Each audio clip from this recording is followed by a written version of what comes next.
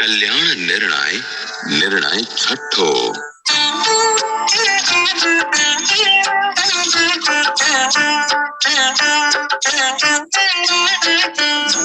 કહે સુણો શુભમતી સત્ય વાત સમજીએ સાર. કૃતજ્ઞ ના એ કામ છે જે નંદે આગમ અવતાર. સત શાસ્ત્ર સુખદાયી છે સમજાવે તે સત્ય અસત્ય. તેને મિથ્યા કરી માનવું એ જ આવી જાણવી કુમત્ય. શાસ્ત્ર કહે તે સત્ય છે નથી અસત્ય તે અણુભાર. નિશ્ચય પડશે નરકમાં એની નિંદા ના કરનાર. શાસ્ત્ર જે સૂચવે તે પૂરું ન પડે કાંઈ. ગ્રહણ પાકે છે અસમાન માતે હસવું દેખે છે આઈ.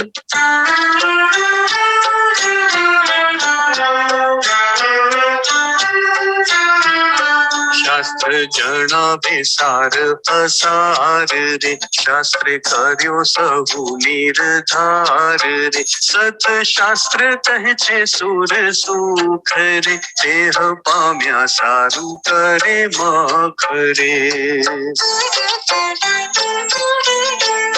સત શાસ્ત્ર કહે છે કૈલાસ ની વાત રે. સત્ય લોકે સુખ કહે સાક્ષાત રે. શાસ્ત્ર કહે છે વૈકુંઠ વખાણી રે. તેને પામવા ઈચ્છે છે પ્રાણી રે.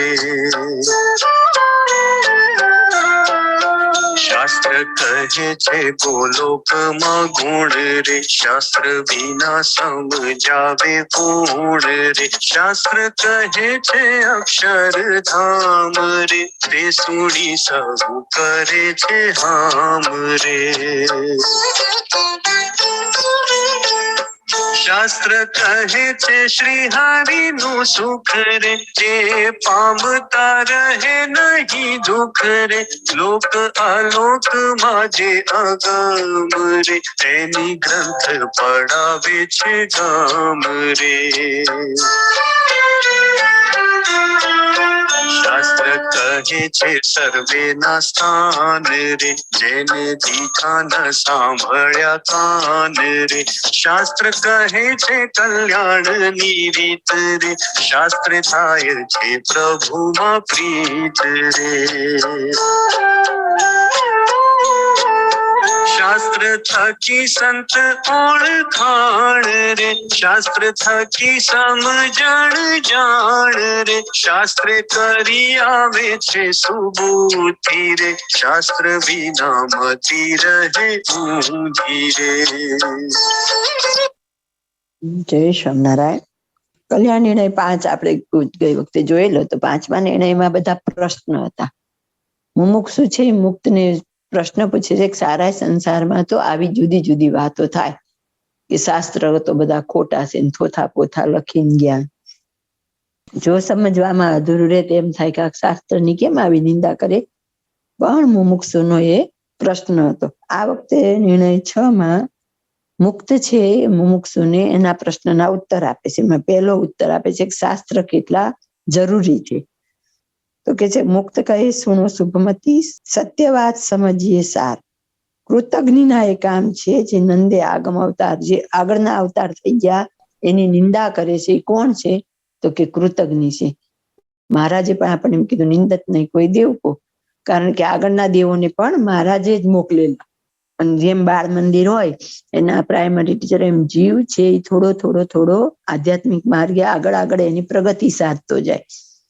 એનો ચૈતન્ય મહારાજની મૂર્તિનું સુખ અને જ્ઞાન એની જીરવવાની સમર્થ થાય. એટલે આગળથી થોડો થોડો નાના નાના અવતારોમાં થઈ અને આગળ વધતો ગયો હોય.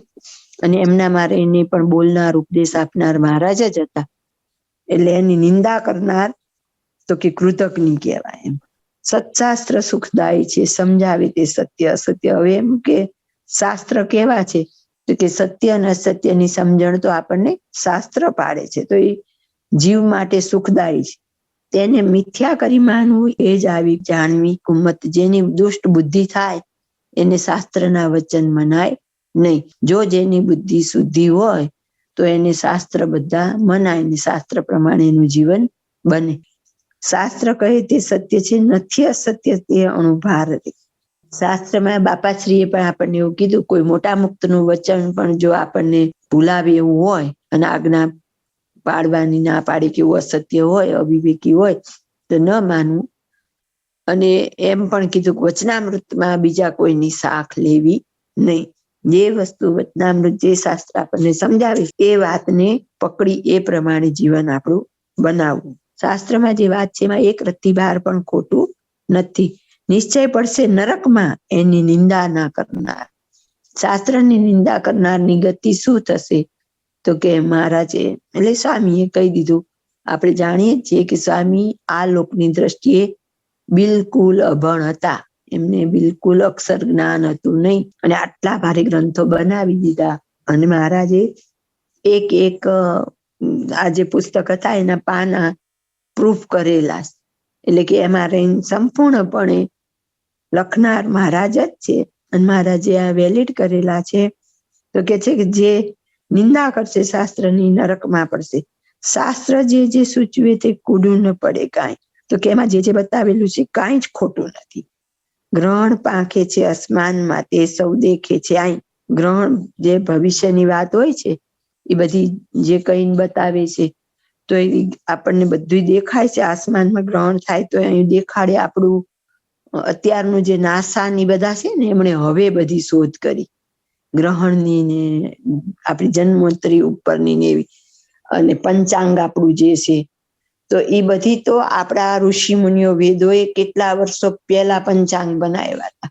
અને અત્યારે હવે નાસા એની શોધ કરી, બધા ગ્રહ શોધે છે. મંગળને પૃથ્વીનું સંતાન કહેવામાં આવે છે, તો નાસા હવે ગોતે છે કે એક વખત પૃથ્વીથી ટુકડો જુદો પડી ગયો તો એ જ મંગળ છે એમ. તો જે ભારતના શાસ્ત્રો છે આગળના વેદ પુરાણો એમાંથી જ બધી શોધ થાય છે. શૂન્યની શોધ ભારતમાંથી મળેલી હતી. આપણા જૂના પુરાણોમાં એવી વાત આવે કે પુષ્કર વિમાન લઈને રામ ભગવાન ગયા તો એના ઉપરથી વિમાનની શોધ થઈ. આ બધી જે આધુનિક શોધો છે એનું મૂળ ક્યાંક ને ક્યાંક તો બધું આપણા જે જૂના શાસ્ત્રો છે એને મળતું આવે છે, અને એમાંથી ધીમે ધીમે બધું સંશોધન થાય છે. એટલે કે છે કે શાસ્ત્રમાં જે છે એ બધી વાત 100% સાચી છે. એટલે આપણને પહેલો આપણે લીધો કલ્યાણ નિર્ણય. તો શું, તો કે પહેલા તો આવડા મોટા સંપ્રદાય, ચલો સંપ્રદાયની બહારની વાત તો અલગ જ છે કે ત્યાં અક્ષરધામની પ્રાપ્તિ નથી, પણ સત્સંગમાં આવ્યા પછી પણ બહુ જ ધીમે ધીમે સમજતા આનામાં આ ખોટ છે. એક બાજુ કે કોઈનામાં અવગુણ જોવો નહીં, બીજી બાજુ મહારાજ કે એનામાં જોતા રહેવું કે કેટલી યોગ્યતા છે કેટલી નથી. તો એ ખબર ક્યાંથી પડે, તો કે આવા શાસ્ત્રમાં ઊંડા ઉતરવું પડે. આપણે કેવું થાય, આમ જીવનને એટલું બધું વ્યસ્ત કરી દઈએ, મંદિર જવું, માળા કરવી, પ્રદક્ષિણા કરવી, આટલા વચનામૃત વાંચી જવા, આટલા મારા આજના નિયમ પૂરા કરી દઉં ને શ્રાવણ મહિના જેવો મહિનો હોય તો આખો મહિનો ધૂન ભજન હોય તો એમાં જઈએ, મંજીરાના તાનમાં. પણ શાસ્ત્રમાં ઊંડા ઉતરવા કે સત્સંગમાં ઊંડા ઉતરવાની બહુ રેર કેસમાં કોઈને ઈચ્છા હોય, બાકી કોઈની ઈચ્છા જ નથી. એટલે ખરેખર ચૈતન્યને અંદરથી પોતાનું કલ્યાણ કરવાની જોઈએ એવી ભૂખ જ નથી. આમ આપણે એવું કહેવાય કે કૃપા કૃપા કૃપા, વાત 100% સાચી. સાધન નહીં, કૃપા જ કામ કરે, કૃપાથી જ કામ થાય. સાધન ગમે એટલું કરીએ, સાધન મહારાજ પાસે નહીં, અન્ય અવતાર પાસે પણ સાધન નથી પહોંચતું. કોઈ એવો પ્રસંગ બની જાય ને કોઈ અવતારી રાજી થઈ જાય, કોઈ ઋષિ મુનિ બ્રાહ્મણ કોઈ રાજી થઈ જાય અને અંતરના આશીષ મળી જાય.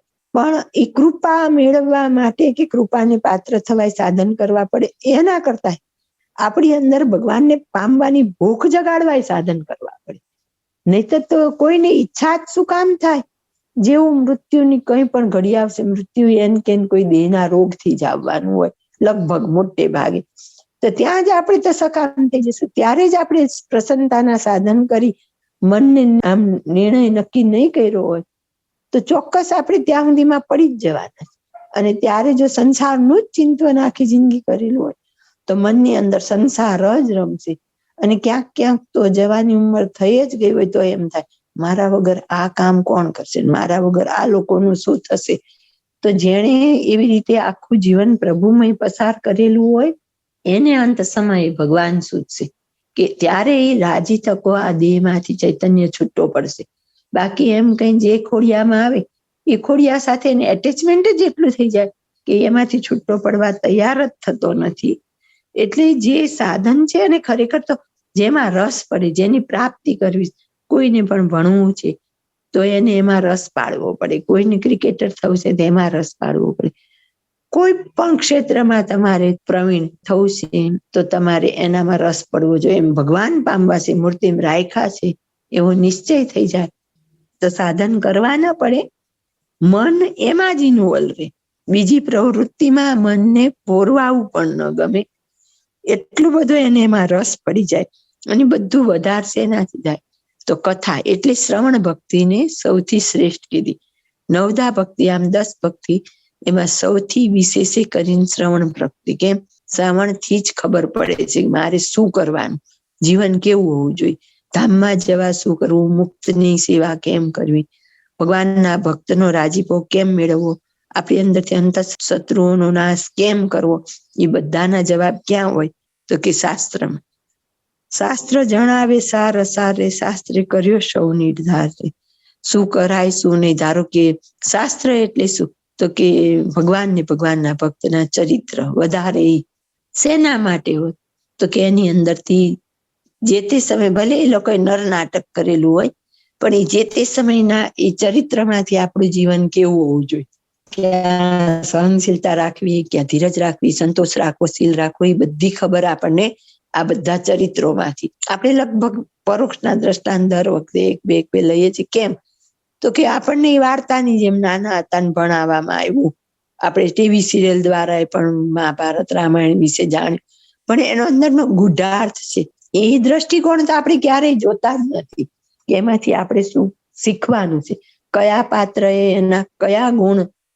આપણને અમૃતસાગરમાં કીધેલું છે કે મુક્તના કોઈ પરચા હોય આલૌકના, એ લૌકિક પરચામાં નહીં આપણે ગોટાવાનું, બધાને પરચા કીધા કરીએ હવે તો બધાથી થાય, યોગની સાધનાથી પણ થાય, પણ ચૈતન્યનો ઉત્કર્ષ કરવો, એને મૂર્તિનું સુખ સુધી લઈ જવા, એવી જે વાતો છે એ જે ઘડવાની વાત છે. બાપા શ્રી કીધું ને કંસારા ટીપી ટીપીને પાત્ર કરે. બાપાને પૂછ્યું તો એમ ગુરુ શું કામ કરે તો કે ગુરુ છે ને એ કુંભાર જેવું કામ કરે. એક માટલું હોય તેની અંદર હાથ રાખીને ઉપરથી ટીપતા જાય, એમાં આપણને સહારો આપતા જાય.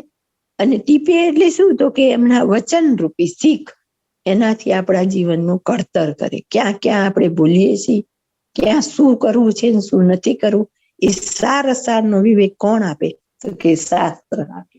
સત્શાસ્ત્ર કહે છે સુર સુખ તે પામ્યા સારું કરે મખરે. ઇન્દ્રનું સ્વર્ગ કેવું છે, સ્વર્ગનું સુખ કેવું છે, ઘણા વચનામૃત એવા ધીમે ધીમે આપણે આવશે કે ભૂંડામાં ભૂંડો દેહ આવશે તો કે બ્રહ્માનો કે એવો આવશે. તો એમ કરીને આપણને એની અંદર મર્મ બતાવી દીધો કે બ્રહ્માનું ને સ્વર્ગનું જે સુખ છે એ તો ભૂંડામાં ભૂંડું, તમે એનાથી આગળની ત્વરા કરો. અહીંયા પણ ક્રમ જ્યાં જ્યાં આવશે એમાં એને નીચે હશે, આગળના સ્ટેપ. શાસ્ત્ર કહે છે કૈલાસની વાત રે, સત્ય લોકે સુખ કહે સાક્ષાત રે. તો જો આપણે ધારો કે શંકર ભગવાનને આપણા ઈષ્ટદેવ માનેલા છે તો આપણે દરેક વસ્તુ જીવનમાં જે કરીએ છીએ આધ્યાત્મિક ભૌતિક કે ગમે તે, એની પાછળ આપણે પ્રોફિટ, આપણો ફાયદો જોતા હોય. પૈસાનું રોકાણ કરીએ, મકાન લઈએ, ગમે તે કાર્ય કરીએ, દરેકની અંદર આપણે એટલે કે નુકસાન નફો વિચારતા જ હોય. એમાં શાસ્ત્રમાં આપણને સ્વર્ગનું સુખ કેવું છે, સ્વર્ગના સુખને ભોગવી અને જયારે આપણું પુણ્ય પૂરું થાય એટલે પાછું એને 84માં જવાનું છે. હવે વાત આવી કૈલાસની. માનો આપણને શંકર ભગવાન વિશેષ ગમે છે અને આપણે શંકર ભગવાનને માનીએ છીએ તો એનાથી પ્રાપ્તિ શું? અત્યારે ધારો કે કોઈ સ્ટુડન્ટ હોય તો કોઈ કેનેડા પસંદ કરે છે, કોઈ લંડન પસંદ કરે, કોઈ અમેરિકા પસંદ, તો એ પસંદ કરવા પાછળ એની પ્રાપ્તિના ભેદ તો હશે ને. તો કૈલાસ, તો અહીં વાત આવી કે શાસ્ત્ર કૈલાસની વાત રહી તો શાસ્ત્રમાં કૈલાસનું વર્ણન આવે. કૈલાસના વર્ણન ઉપરથી આપણને ખબર પડે, એ પછી આપણી બુદ્ધિ આપણને એવા ગુરુ મળવા જોઈએ અને આપણને એવી દોરવણી દેનાર મળવા જોઈએ. આપણી પોતાની બુદ્ધિથી પણ વિચાર કરવો જોઈએ. આપણે કેવા હોય છે, શોર્ટ ટેમ્પર, એકદમ બસ સંસારનું સુખ તરત મળી જાય ને એને પસંદ કરીએ. એટલે શું કે શંકર ભોળાનાથ ને દેવના દેવ તરત રીઝી જાય. રાવણ જેવા રાવણને આપી દે કે આ ભાઈ જા તને આ આપી દીધું. શુક્રાચાર્ય તો એને મહાદેવે જ વરદાન આપી દીધું. એમ જેણે જેણે જોવો તમે, સુર કે અસુર, બધા કોનું કરે જલ્દી? તો કે શંકર ભગવાનનું તપ ને વ્રત કરે અને પછી રીઝી જાય. રીઝે એટલે એને તો સબ સરખા, જેને એનું ભજન કર્યું એને આપવું એ એમનું કર્તવ્ય. હવે માનો કે શંકર ભગવાનને ભજ્યા તો અંતે પ્રાપ્તિ શું? આ તો વિચાર કરીએ દરેક ની અંદર નફો નુકસાન. તો કે શંકર ભગવાનનું લોક શું? તો કે કૈલાસ. પછી કે કૈલાસમાં રહે કોણ? એ તો ક્યારેય આપણે વિચારતા જ નથી. બસ રોજ જવાનું, રોટી ચડાવવાની, કઈ મન્નત માંગવાની, બહુ મોટા મોટા એના યજ્ઞ કરવા, જે કઈ વિધિ વિધાન કરે. પણ અંતે શું? દરેકમાં આપણે વિચાર કરવો જોઈએ. સ્પષ્ટ આપણે ન બોલાય પણ હવે સમજી જવાનું જ્યાં હોય શું. તો આપણે કેવા થશું? લોયા 18માં ગઈ વખતે કીધું, જે ભગવાનને જે રૂપે ભજીએ છીએ, રૂપ આ લોકનું એનું ગમે તેવું હોય એવા ન થઈએ, પણ જે તે ભગવાન જેવા આપણે થઈએ તો ત્યાં જઈએ તેના ગણ કેવા છે એવા આપણે થઈને એની સાથેનો સંગ મળે તો મળીને શું મળ્યું એનો વિચાર આપણે કરવો પડે.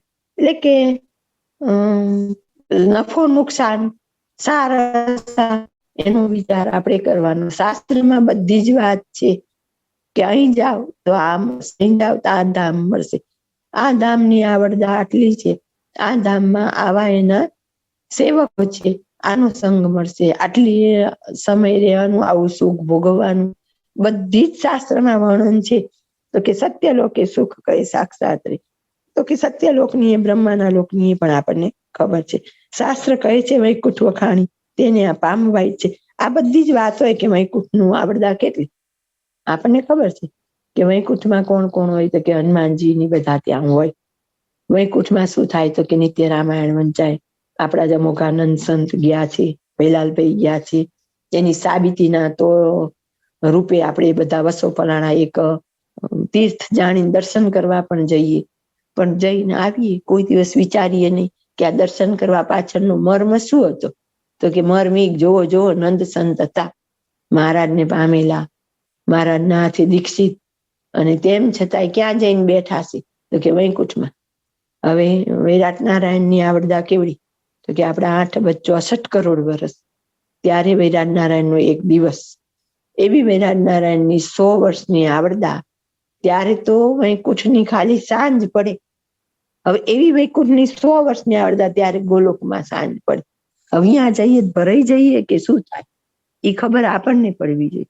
અહીંયા જઈને મળ્યું શું? તો કે આટલી લાંબી આવડતા ત્યાં સુધી ત્યાં જ રહેવાનું.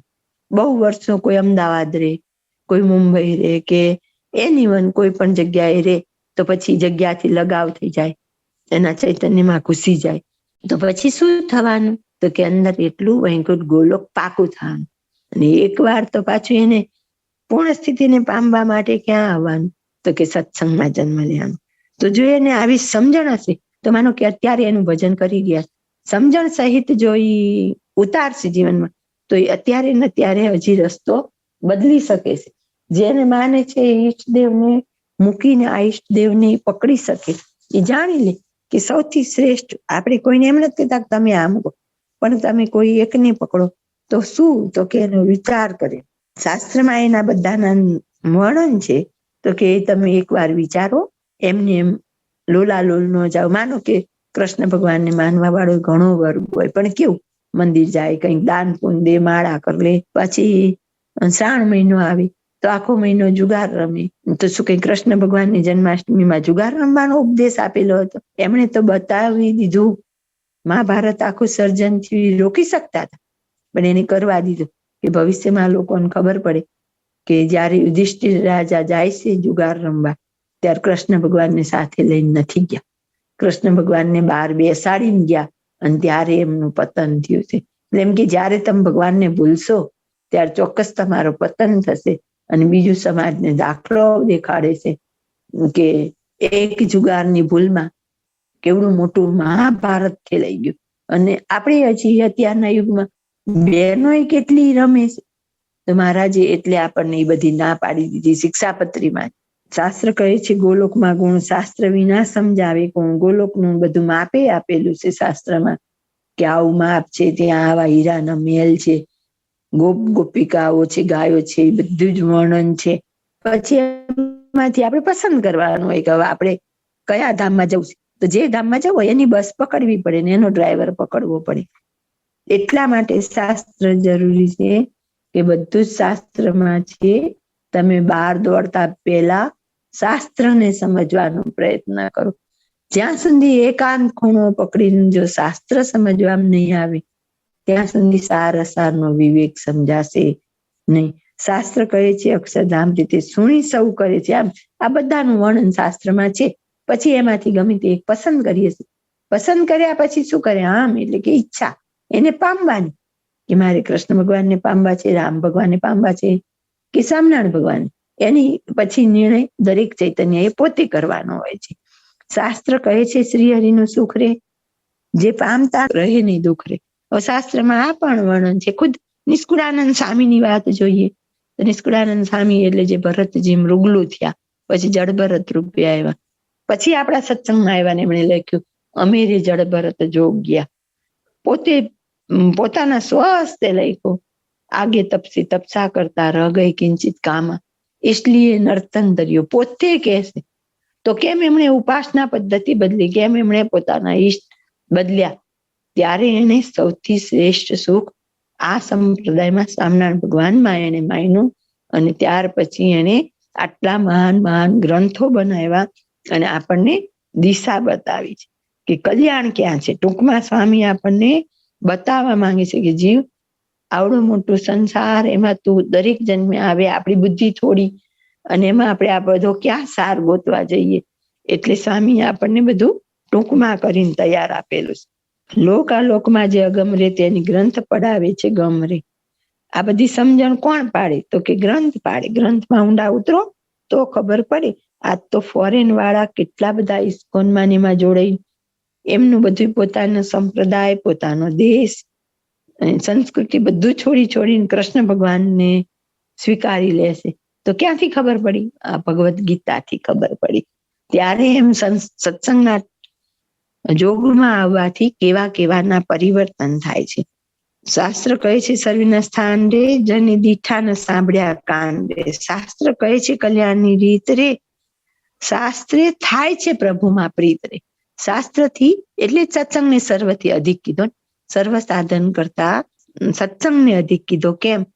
તો કે જો તમે એમને એમ ખાલી મંદિર જશું, આપણે નિયમિત મંદિર જઈએ પણ કોઈ એક સાથે જોડાયેલા નથી, કોઈની જોડે એટેચમેન્ટ નથી, તો શું થશે? તો કે નિત્ય મંદિરમાં જવાથી કામના વધશે. કામના એટલે શું?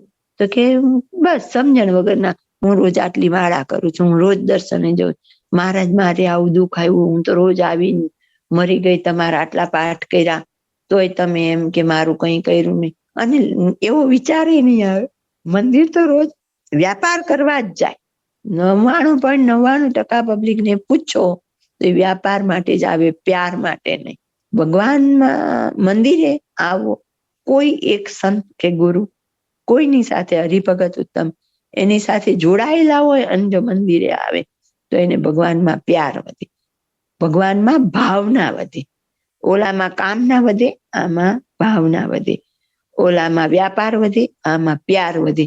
એટલે ભગવાનના ભક્તની જરૂર છે. અને એટલે શાસ્ત્ર પણ સત્પુરુષ થકી સમજાય તો જ એનો સાચો અર્થ આપણને સમજાય. પણ પેલા ખૂણામાં બેસી શાંત ચિત્ત, આને સમજવા માટે શું હોય? બુદ્ધિનો ઉપયોગ કરવો પડે.